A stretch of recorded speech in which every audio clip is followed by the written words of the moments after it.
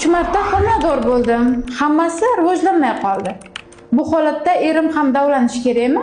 Ha, albatta bu holatda erkak kishi ham davolanishi kerak, chunki erkaklar urug'idagi kamchiliklar, masalan, morfologiyasidagi o'zgarishlar yoki DNKsidagi o'zgarishlar homilani o'smay qolishiga sabab bo'ladi.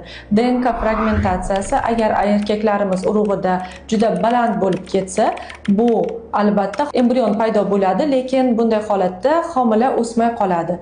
DNK fragmentatsiyasiga ta'sirlar esa bu yoshga xos o'zgarishlar, surunkali infeksion kasalliklar yoki surunkali qanaqadir yondosh kasalliklari bo'lsa hamda tashqi muhit omillari ta'sirida mana shu DNK fragmentatsiyasida o'zgarishlar yuzaga keladi.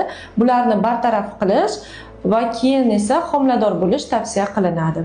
Demak, ko'rib o'tganingizdek, agar takroriy homila o'smasligi bo'lsa, erkak kishini urug'ini ham ahamiyati bor. Bunday holatda faqatgina ayol kishini emas, balki erkak kishini ham davolash kerak.